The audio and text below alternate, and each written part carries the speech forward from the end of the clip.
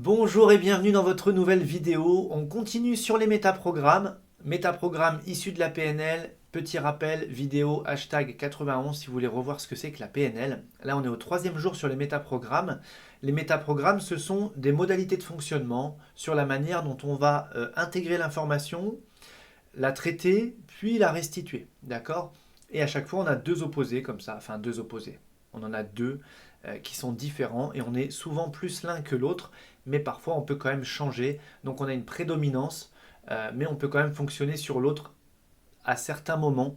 C'est toujours important, intéressant en tout cas de savoir comment on fonctionne pour mieux se connaître et puis ensuite d'observer l'environnement, les autres, et puis pour être simplement plus synchro dans le quotidien, mieux comprendre l'autre. Moi je dis toujours, c'est toujours mieux pour aller le chercher sur son terrain en tout cas, en termes de communication, de mettre en commun. J'aime bien ça. Donc découvrir comment on fonctionne l'autre, je trouve qu'au quotidien ça apporte de la richesse. Donc métaprogramme, là on est sur global ou spécifique, c'est-à-dire est-ce que dans le quotidien vous avez plutôt une tendance à regarder les choses dans leur ensemble et à prendre comme ça tout un ensemble de paramètres et d'être dans cette vision un petit peu dézoomée, ou est-ce qu'au contraire vous êtes très zoomé et vous allez voir dans le détail, dans tout ce qui est très spécifique, d'accord?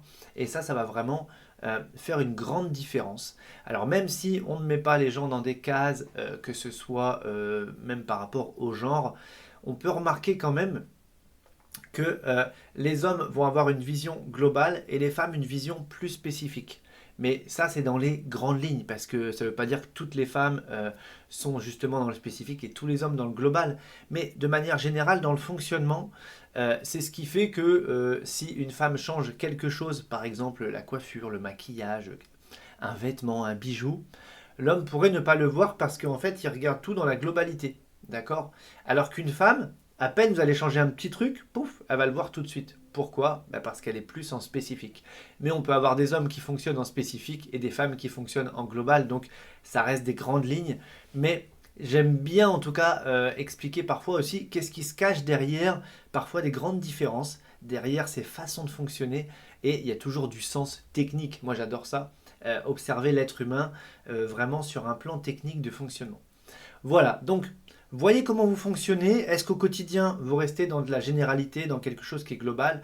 Est-ce que vous allez dans le spécifique? Moi, l'exemple qu'on m'avait donné quand j'avais été formé, c'était si on demande la route à quelqu'un de global, il va vous dire bah là tu vas tout droit et puis au prochain feu rouge tu tournes à droite, tu continues et puis tu y es. Alors que le spécifique il va vous dire vous allez faire 50 mètres, vous allez voir il y a un panneau juste ici, en face il y a tel magasin et puis arrivé au feu rouge, vous pourrez tourner uniquement à gauche par exemple. Vous allez à gauche sur 500 mètres, là face à vous, vous allez trouver, vous voyez, et là pour quelqu'un qui est global, quand il y a un spécifique qui lui donne la direction, il est perdu parce qu'il y a trop de détails en fait. Et puis l'inverse est vrai aussi. Si vous êtes spécifique et que c'est un global qui vous donne les indications, vous allez dire waouh, mais je vais jamais trouver quoi. Vous voyez?